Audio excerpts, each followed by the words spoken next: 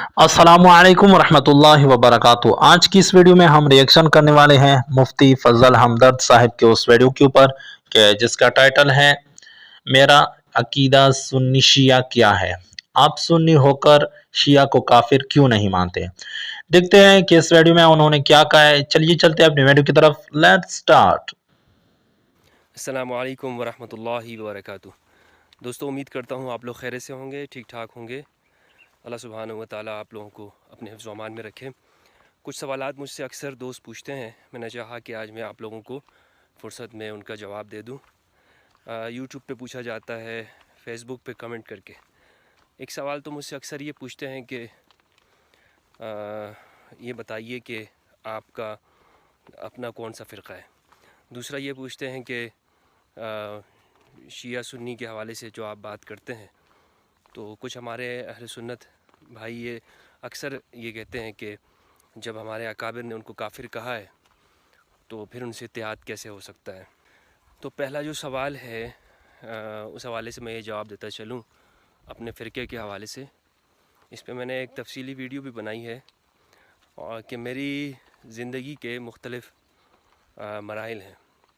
तालिब इल्माना ज़िंदगी है और हमेशा मैं इस बात के ऊपर यकीन रखता हूँ कि इंसान को तहक़ीक़ और जस्तजू करनी चाहिए। मुख्तलिफ़ फ़िरक़ों मज़ाहिब के हवाले से तहक़ीक़ हो, रिसर्च हो, उसके बाद इंसान अपनी एक राय कायम करे।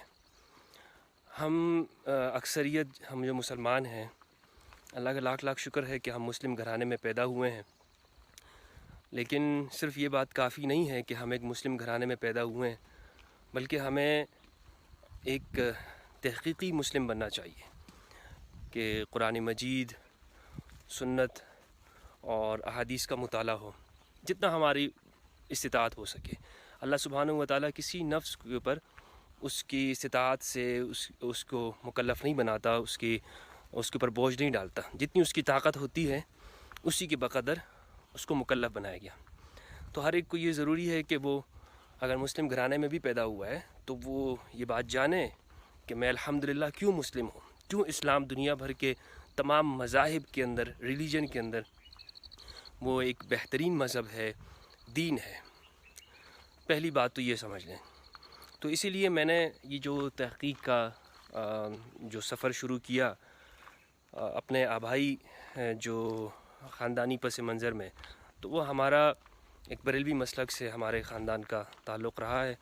तो मैं भी उसी में पैदा हुआ, उसी में आँख खोली और तालीम जो है वो मुख्तलिफ़ मकातब फ़िक्र में हासिल की, देवबंद में भी, बरेलियों में भी।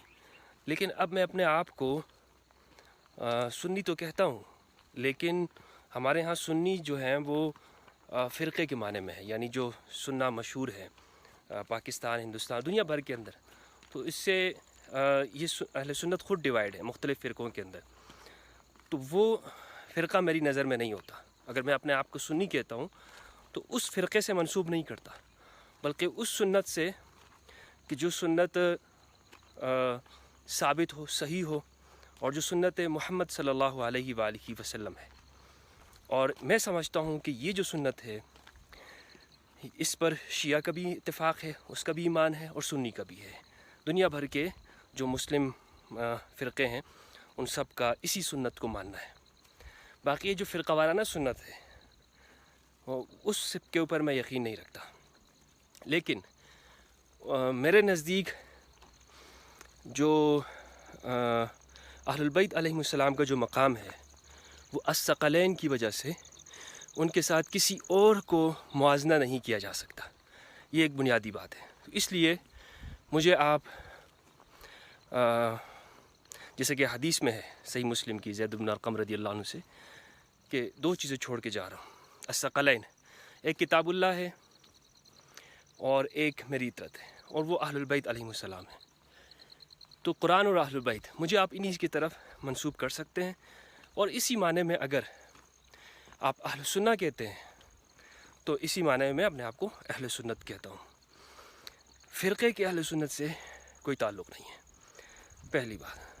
दूसरा जो सवाल है कि हमारे अकाबिर ने जब अहल सुन्नत ने शिया की तकफ़ीर की है तो फिर मैं उनसे इत्तेहाद की बात क्यों करता हूँ। देखें, हमारे अहल सुन्नत की किसी एक सोच का नाम नहीं है, خود اس میں بھی بہت ساری جماعتیں ہیں، گروہ ہیں، فرقے ہیں، کسی پر یہ خود ایک پیج کے اوپر متفق نہیں ہے، جیسے دیوبندی ہیں، بریلوی ہیں، اہل حدیث ہیں. تو آپ دیکھ لیں کہ یہ ان میں کتنا فرق ہے آپس میں، ان کی تشریح میں، دین کی تعبیر کے اندر اور اصطلاحات کے اندر، دینی اصطلاحات میں بڑا فرق آپ کو ملے گا. حتیٰ کہ کفر اور اسلام کا یعنی فرق ہے. جو یہ کہتے ہیں کہ جی یہ فرقہ ناجیہ ہے، یعنی دوسرا فرقہ وہ ناجی نہیں ہوگا، اور پھر اسی فرقے میں ہر ایک نے اپنی ایک تشریح پیش کی ہے. اور ان کے آپس میں فرقے کے اختلافات ہیں، تکفیر تک کی ہے بعض نے بعض کی. تو ان اکابر نے اپنے دور میں جس طرح سے ان اختلافی مسائل کو سمجھا ہے، جس طرح انہوں نے اس پہ گفتگو کی ہے، جو ان کا اس حوالے سے ماننا ہے، تو وہ ان کے لیے دلیل ہو سکتا ہے. لیکن اس شخص کے لیے یہ بات دلیل نہیں ہو سکتی ہے کہ جو بعد کے زمانے کا ہو. یہ آپ اچھی طرح سمجھ لیجئے گا. اس میں ہمارے لوگ بہت غلطی کرتے ہیں کہ ہر چیز میں جی اپنے فرقے کے امام کا، اپنے فرقے کے بڑے کی بات کو من و عن تسلیم کرنا، نہ صرف تسلیم کرنا بلکہ اگر کوئی شخص اس کی تعبیر سے تھوڑا سا بھی اختلاف کرتا ہے تو یہ کہتے ہیں کہ جناب یہ گمراہ ہو گیا ہے، یہ اس فرقے سے نکل گیا ہے. تو اس کو سمجھ لینا چاہیے. تو میں عرض یہ کر رہا تھا کہ جو فرقوں کے اکابر کی جو آراء ہیں دوسرے فرقوں کے حوالے سے، یہ ان کا اپنے زمانے اور اپنے دور کے لیے تو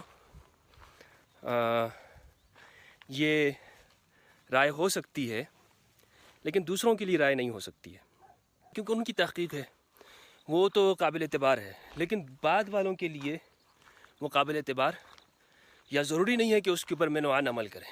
ٹھیک ہے. تو اسی وجہ سے میرے نزدیک اہل سنت کی جن اکابر نے شیعہ کی تکفیر کی ہے تو وہ مجموعہ کی نہیں ہے، وہ کچھ عقائد کی وجہ سے ہے، اور وہ عقائد مختلفی ہیں. اس کے اندر بحث کی جا سکتی ہے، گفتگو ہو سکتی ہے، مناظرہ ہو سکتا ہے. ٹھیک ہے. اس کو یعنی وہ حجت نہیں ہے دوسروں کے اوپر. یہ چند باتیں تھیں کہ میں نے چاہا کہ آپ لوگوں کے ساتھ عرض کر لوں. اتحاد امت نہ صرف وقت کی ضرورت ہے بلکہ مسلمانوں کے لیے اشد ضرورت ہے. اور جو بھی مسلمانوں کے درمیان میں نفرت کی بات اور انتہا پسندی اور فرقہ واریت کو ہوا دیتا ہو تو وہ آپ یہ سمجھ لیں کہ وہ اسلام کا کوئی خدمت نہیں کر رہا اسلام کی، بلکہ وہ اپنے زہر کو وہ معاشرے کے اندر پھیلا رہا ہے. اللہ سبحانہ و تعالی ہم سب کو صراط مستقیم سمجھنے کی توفیق عطا فرمائے. السلام علیکم ورحمۃ اللہ وبرکاتہ.